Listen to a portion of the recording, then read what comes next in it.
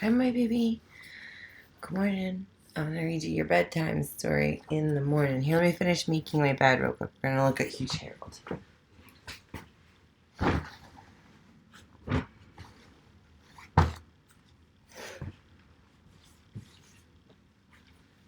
making my bed. See? Ooh. Okay. I almost knocked a flower over. So we're going to read a few pages of Huge Harold, and you'll have after bedtime.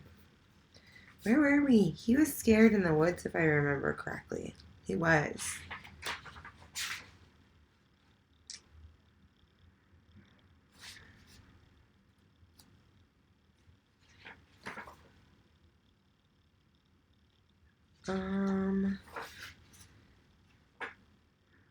Well, I think we might be rereading a couple pages, but that's okay.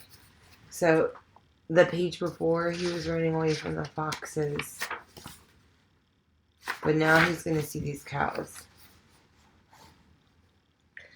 I'm tired, said Harold.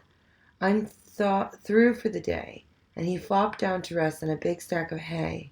But his nap was cut short by a bossy old cow, who said, "Get off our breakfast, and get out of here right now. And stay out of my pen, and don't eat in my trough." Oh, yeah, we just read this one, said a grimy old pig. "Now you better be off." Of course, this was nothing that Harold could say, so he left the cow pasture and went on his way. Now he's eating some clover. As he rambled along, sweet scent crossed the breeze, the fresh green aroma of lettuce and peas. A scarecrow stood by with his arms in the air, as if he might say, "Help yourself, I don't care." But Harold had no more than started his feast when he heard someone shouting, "Now stop it, you beast!"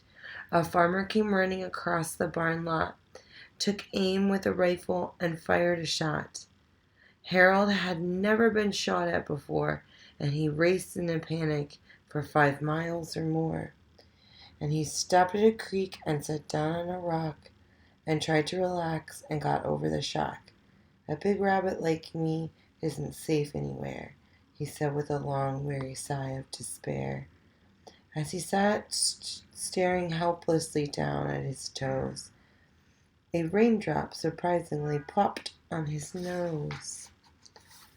Wind whipped the cattails and stirred up the creek. Lightning shot through the sky in a long, jagged streak. "It's a storm," said poor Harold. "I'd better find shelter."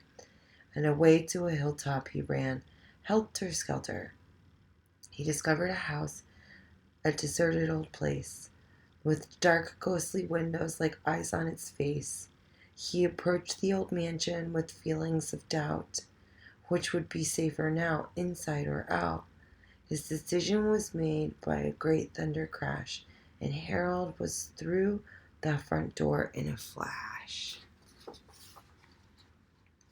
He scrambled on a stairway to hide and remained while the storm raged outside.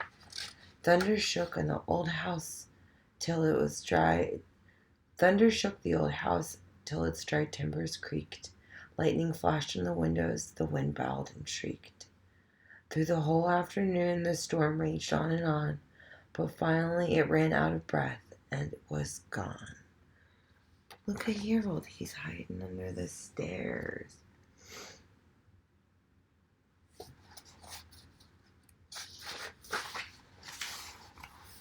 Then Harold crawled and began to explore. He crept up the stairs to the very top floor, including a bed with a mattress and springs. He tried out the bed, and he found it was too small. But it's better, he reasoned, than no bed at all. Look at that big bunny in that little bed.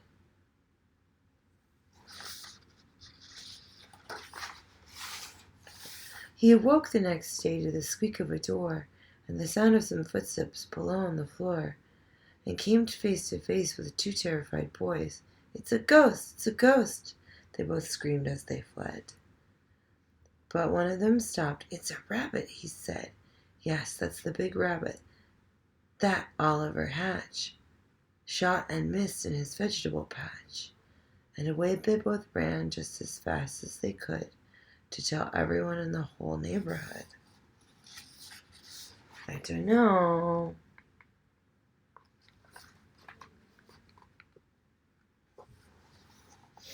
The farmers stopped plowing and started right out to hunt the big rabbit they'd all heard about. Not okay. When they reached the old mansion and the rabbit was there, he was racing far off through the county somewhere. But the hunters kept snooping and picked up the trail, and they started to hunt the big cottontail. No, he's gonna get away. Well, we'll just have to wait to find out. Maybe next week I'll read you some more. I love you, Betty. Sweet dreams.